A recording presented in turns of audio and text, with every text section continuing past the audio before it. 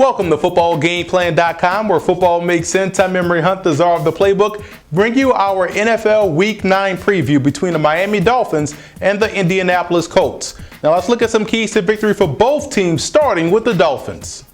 The Dolphins' defensive line has done a great job all season long stopping the run and also getting after the quarterback. When I look at guys like Randy Starks and Paul Soliai, they're the real reason why the outside rushers are having success getting to the quarterback. These guys are occupying blockers, not allowing the guards to get to the second level, and I think that's going to have to be the game plan this week versus Indianapolis. Don't allow those guards to get to the second level so they can get the running game going. But let's go inside the lab and look at that offense of the Dolphins and how they can involve Reggie Bush in the running game this week versus the Indianapolis Colts.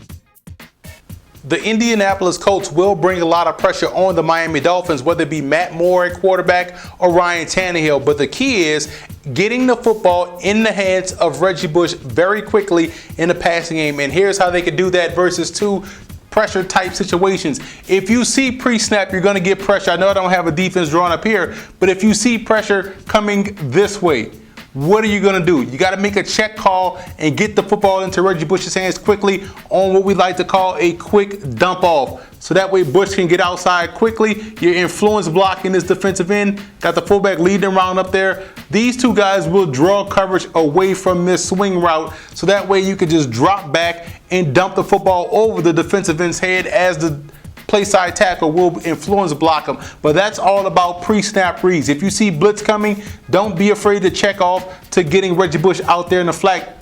Don't block the blitzer. Let the blitzers come free. That way you throw the football right over their heads. And you look right here in this situation, we have a tight condensed set with twins to the left. And naturally we're going to use this as a wide receiver. So if this wide receiver runs an over route, what's going to happen? This cornerback right here is going to shoot to follow this over route. And we send in Bush on this side, coming back around. Why? Because as we drop back, influence blocking the play side and backside defensive ends, we know we got the quick read right there, and that's going to either get Reggie Bush wide open or have a back to beat or a safety to beat as well. But you see, having those checks readily available versus blitz situations or man coverage type situations puts the football in the hands of your best playmaker offensively. Now let's move over to the Colts in this ball game. And quiet as kept, the Colts passing game has looked impressive all season long. These guys are top 10 in the league in throwing the football. The problem is they can't convert this into touchdowns. They got to get better. And a lot of times you get cute in the red zone. You have to just get tougher, line up, and run downhill. And I think that's what guys like Vic Ballard coming into play, Donald Brown, Mewelde Moore, get those guys more involved in the ground game in the red zone, and he should be able to convert those threes into touchdowns. But let's go inside the lab and look at this Colts defense and how they can stop the run this week versus the Dolphins. When the Dolphins go to their outside zone, you have to make sure you don't allow Reggie Bush to get to the edge or get to the corner. You have to stop the run. And that's something that the Colts haven't been doing a good job of this season. And here's how they stop the run. It's all about gap discipline. Let's say we're going to run this outside zone this way, and everyone takes their zone step going to the right. So they're trying to wash everybody this way, create the cutback lanes from the guard positions. So what these linebackers and defensive tackles have to do is stop the flow and set the edge.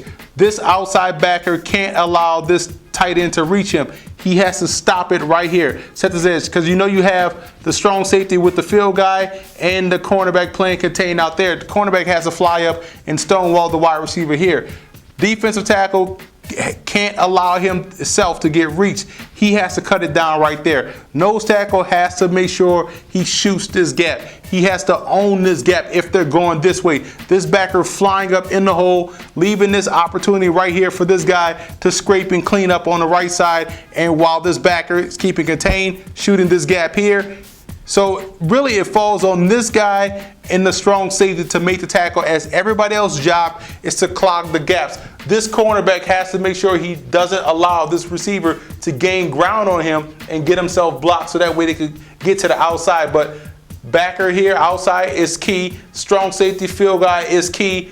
Backside backers are key as far as protecting themselves versus the cutback. But the defensive lineman, nose tackle, has to be disruptive. Stopping the run is all about attitude. We could sit up here and draw up all the schemes we want. It's about wanting to stop the run. Unless the Colts want to stop the run, then they won't be able to do so versus the Dolphins. But they could just get disciplined, play gap control, read their keys, and fight through blocks, I really think they can have a chance versus Miami.